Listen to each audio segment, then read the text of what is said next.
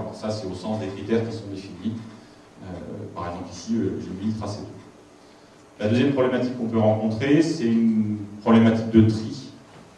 Alors, une problématique de tri, c'est pareil, j'ai un ensemble de décisions possibles, et ce que je vais chercher à faire, c'est à partir de catégories déjà définies par avance, par exemple ici, les tracés à faible coût et les tracés écologiques, entre guillemets, je vais chercher à classer ces tracés dans différentes catégories. Après cette classification devant aider derrière le décideur à faire son choix. On rencontre aussi une troisième problématique qui est la problématique de rangement, à laquelle par exemple on peut faire face lorsqu'on a classé des dossiers d'admission dans une école d'ingénieur. Là je reprends l'exemple du tracé d'autoroute, on peut vous demander de voir les classer du moins consensuel au plus consensuel. Là encore, c'est pas à vous de prendre la décision, c'est au décideur, une fois que vous lui présentez ce classement, de faire son choix, le choix ne suivant peut-être pas forcément le classement que vous avez fait. Et puis enfin, il y a une dernière problématique, qui est la problématique descriptive, où on peut vous demander, dans une démarche d'aide à la décision, de simplement aider un décideur à bien appréhender son problème, appréhender les décisions qu'il peut prendre, quels sont ses critères d'évaluation, sans aller jusqu'à la démarche de résolution de son problème, de proposition d'un classement, d'un tri ou d'une sélection. Donc là, par exemple, ça peut être de l'aider à définir c'est quoi un tracé d'autoroute, quels sont les impacts d'un tel tracé en termes économiques, sociétal, écologiques, et de l'aider donc à y voir un peu plus clair pour lui faciliter sa prise de décision. Donc pour une problématique donnée, une fois que par exemple vous savez que vous avez à faire le choix d'un meilleur tracé autoroutier, ou le choix d'un vin, ou le choix de quoi que ce soit, vous commencez toujours par une étape de modélisation qui est certainement le point le plus critique dans une démarche d'aide à la décision, parce que c'est bien d'avoir des outils de résolution performants que l'on sait mettre en place, mais si ce n'est pas sur le bon problème, ça va vous faire une belle jambe. Donc l'idée, c'est de toujours commencer à être, comme un intervenant le disait ce matin, très rigoureux, très appliqué. Et dans cette étape de modélisation, vous allez commencer par définir l'ensemble des décisions possibles. Alors ça, des fois, c'est assez évident à faire, mais des fois, ça ne l'est pas. Quand c'est choisir un tracé autoroutier, il faut déjà savoir quels sont les tracés autoroutiers que vous avez à disposition. Et arrêter un tracé autoroutier, c'est une tâche assez complexe. Une fois que vous avez fait cette étape de définition de vos décisions possibles, la démarche d'aide à la décision multicritère vous préconise de définir ce qu'on appelle les conséquences. Alors les conséquences, c'est si je fais tel tracé autoroutier, quels pourront être les impacts en termes écologiques, en termes économiques, et à partir de ces conséquences, de construire les critères, par agrégation, les critères d'évaluation. Alors autant les conséquences, vous pouvez en avoir une cinquantaine, autant il n'est pas du tout souhaitable d'avoir 50 critères d'évaluation pour une décision, parce qu'alors là, du coup, la prise de décision va être impossible. Donc on essaie de se ramener à un nombre plus raisonnable de critères par agrégation de ces conséquences. Et puis, autre point fondamental, ce que l'on appelle la définition des préférences du décideur. Et ça, c'est typiquement lié au fait que l'on a plusieurs critères supposés conflictuels qui entrent en jeu. Il faut arriver à savoir comment s'expriment ses préférences à lui. Confronté à plusieurs solutions, quels sont les choix qu'il va faire. L'avantage de cette approche-là aussi, c'est que vous n'avez pas besoin de rationaliser quelque chose qui ne peut éventuellement pas l'être. Des fois, il y a des gens qui prennent des décisions sans des fois trop savoir dans le détail pourquoi, parce que ça leur paraît la meilleure décision. Et donc c'est des choses qui parfois ne se modélisent pas.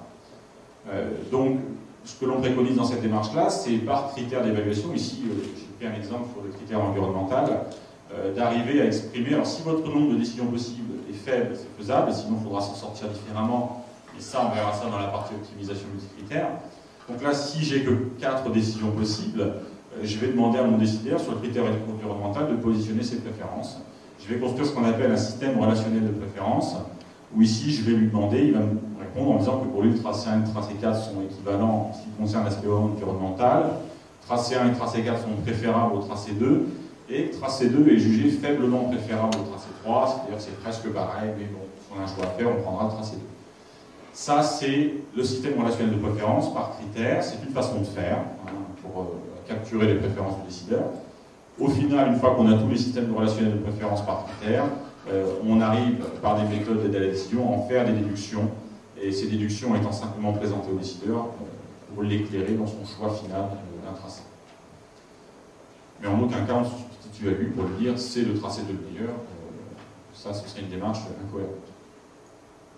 Une fois qu'on a fait cette étape de modélisation-là, donc on rentre dans l'aspect résolution, soit on met au point un algorithme de résolution, alors, notamment dans le cas où on a un nombre très très grand de tracés, enfin de solutions ou de décisions possibles, mais là on va avoir tendance à tomber dans le domaine de l'optimisation combinatoire, soit si on a un nombre de décisions très faible à partir des systèmes relationnels de préférence. Et là, évidemment, l'objectif c'est de mettre au point la méthode de résolution la plus efficace possible pour arriver à cerner au mieux là où les solutions que l'on va présenter au décideur. Donc dans tous les cas, on garde bien à l'esprit que c'est le décideur qui choisit au final et pas l'algorithme de résolution.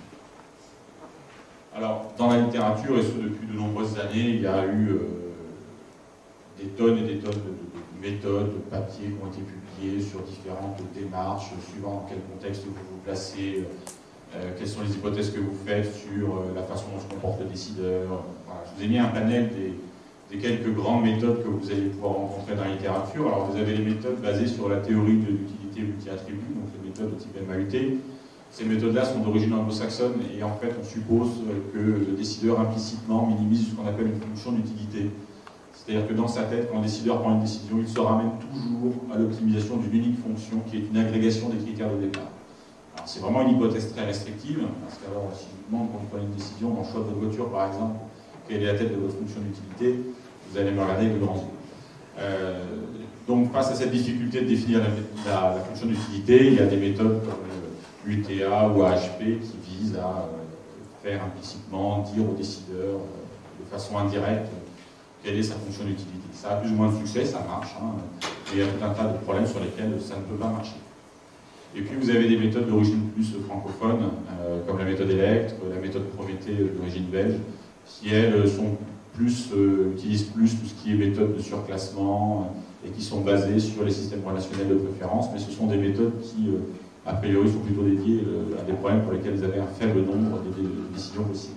Lorsque le nombre de décisions devient trop grand, voire exponentiel, alors on a tendance à tomber à considérer plutôt le problème sous l'angle de l'optimisation multicritère, que je détaillerai un peu plus largement dans les transparents qui suivent. En tout cas, je vous ai indiqué ici une très bonne référence de synthèse qui est parue récemment et qui vous dresse un panel de toutes les problématiques et de toutes les grandes méthodes de l'aide à la décision multicritère. Alors, on va maintenant s'intéresser à l'optimisation multicritère. Donc, en fait, oubliez ça, écoutez-moi, vous avez dans les panels d'optimisation multicritère un certain nombre de critères on va dire, à minimiser. Vous cherchez des solutions qui me minimisent le coût, qui me minimisent le délai, qui me minimisent ce que vous voulez, sachant que vous devez uniquement considérer des solutions à votre problème. Donc voilà, l'idée c'est de trouver entre guillemets une solution, et la question c'est est-ce que cette solution existe. En fait, il suffit de se rappeler l'exemple qu'on a vu tout à l'heure sur le choix du vin pour voir que sur un problème multicritère, là le problème était bicritère, j'avais le critère de coût et le critère de qualité, et bien j'avais pas de solution optimale, ça n'avait pas de sens. Je n'avais que des solutions en fait parmi lesquelles le décideur ne pouvait pas choisir.